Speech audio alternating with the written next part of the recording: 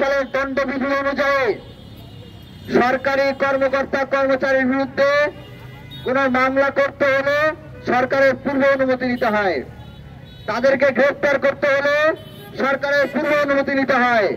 সরকারের পূর্ব অনুমতি ছাড়া সরকারি কর্মকর্তারা যত বড়ই অপরাধ করুক না কেন, যত বড়ই অপকর্ম করুক না কেন, তাদের বিরুদ্ধে মামলা গ্রহণ করা হয় না, মামলা নেওয়া হয় না এবং তাদেরকে গ্রেফতার করা যায় না এই আইনের মাধ্যমে।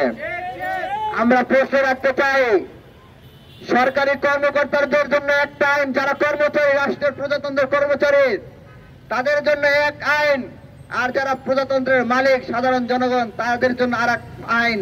এই বৈষম্যমূলক অন্যায্য আইন আমরা মানি না, মানি না, মানি না। এই আইনের মাধ্যমে মূলত এটাই প্রমাণিত হয়, সরকার বলার চেষ্টা করছে যে যারা সরকারি কর্মকর্তা তারা ফেরেশতা। আমরা ধিক্কার জানাই এই ধরনের আইনকে। আমরা আহ্বান জানাবো, কাল বিলম্ব না করে হয় এই আইনকে সংশোধন করুন, তা না হলে এই আইনকে বাতিল করুন। বিগত আপনারা জানেন পেনাল কোড 1860 অনুযায়ী, পেনাল কোড দণ্ডবিধি 1860 বলা আছে আনলফুল গ্যাদারিং বলে একটা অধ্যায় রয়েছে। সেই অধ্যায়ের 127 নং ধারায় বলা আছে, যদি কোনো সমাবেশে পুলিশ চায় বল প্রয়োগ করে, গুলি করে, মানুষের বুকে গুলি চালায় সেই সমাবেশকে ছত্রভঙ্গ করতে চায়, তাহলে সে সেটা করতে পারবে। সে বলবেন না, 127 ধারায় বলা হয়েছে যে পুলিশ চাইলে সমাবেশের উপর গুলি পর্যন্ত চালাইতে পারবে, গণহত্যা চালাইতে পারবে।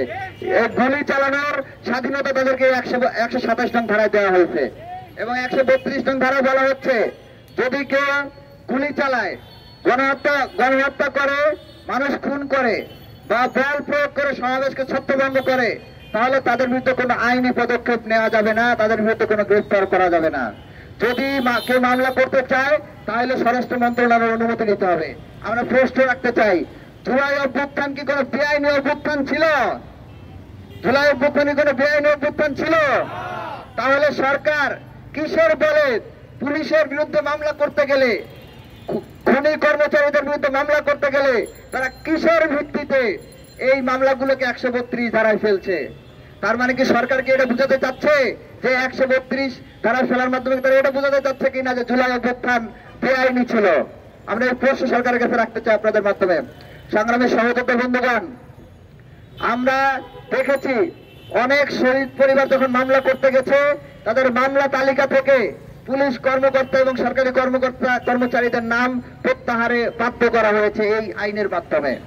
এবং শহীদ পরিবার যখন মামলার জন্য আবেদন করেছে, তারপরে জোর করে আবেদন করেছে যে না আমার মামলা নিতে হবে, তখন এই মামলাকে স্বরাষ্ট্র মন্ত্রণালয়ে পাঠিয়ে প্রায় 7-8 মাস ধরে শহীদ পরিবারকে ঘোরানো হচ্ছে, ভোগান্তির মধ্যে ফেলে দেওয়া হচ্ছে। আমরা ধিক্কার জানাই এই ধরনের আইনকে। আমরা সরকারকে বলবো, আপনারা জুলাই অভ্যুত্থানকে বেআইনি অভ্যুত্থান, বেআইনি সমাবেশ, এই ধরনের নেক্কারজনক কর্মকাণ্ড করা থেকে বিরত থাকুন। জুলাই অভ্যুত্থানকে স্বীকৃতি দিন, জুলাই ঘোষণাপত্র ঘোষণা করুন, জুলাই গণহত্যার বিচার করুন। যে সকল পুলিশ কর্মকর্তা সহ সরকারি কর্মচারীরা সাধারণ শিক্ষার্থী ছাত্র জনতার উপর গুলি চালিয়েছে, তাদেরকে গ্রেফতার করুন। তাদের বিরুদ্ধে মামলা করতে গিয়ে আর কোন শহীদ পরিবার, আর কোন আহত পরিবারকে যাতে ভোগান্তির মুখে শিকার না হতে হয় সেই ব্যবস্থা গ্রহণ করুন। কাল বিলম্ব না করে আওয়ামী লীগকে নিষিদ্ধ করুন। যদি তা করতে ব্যর্থ হন তাহলে সবাইকে সাথে নিয়ে আমরা ঐক্যবদ্ধভাবে গণ আন্দোলন গড়ে তুলে আপনাদের বিরুদ্ধে গণ আন্দোলন গড়ে তুলতে বাধ্য হব। সবাইকে ধন্যবাদ। ইনকিলাব জিন্দাবাদ।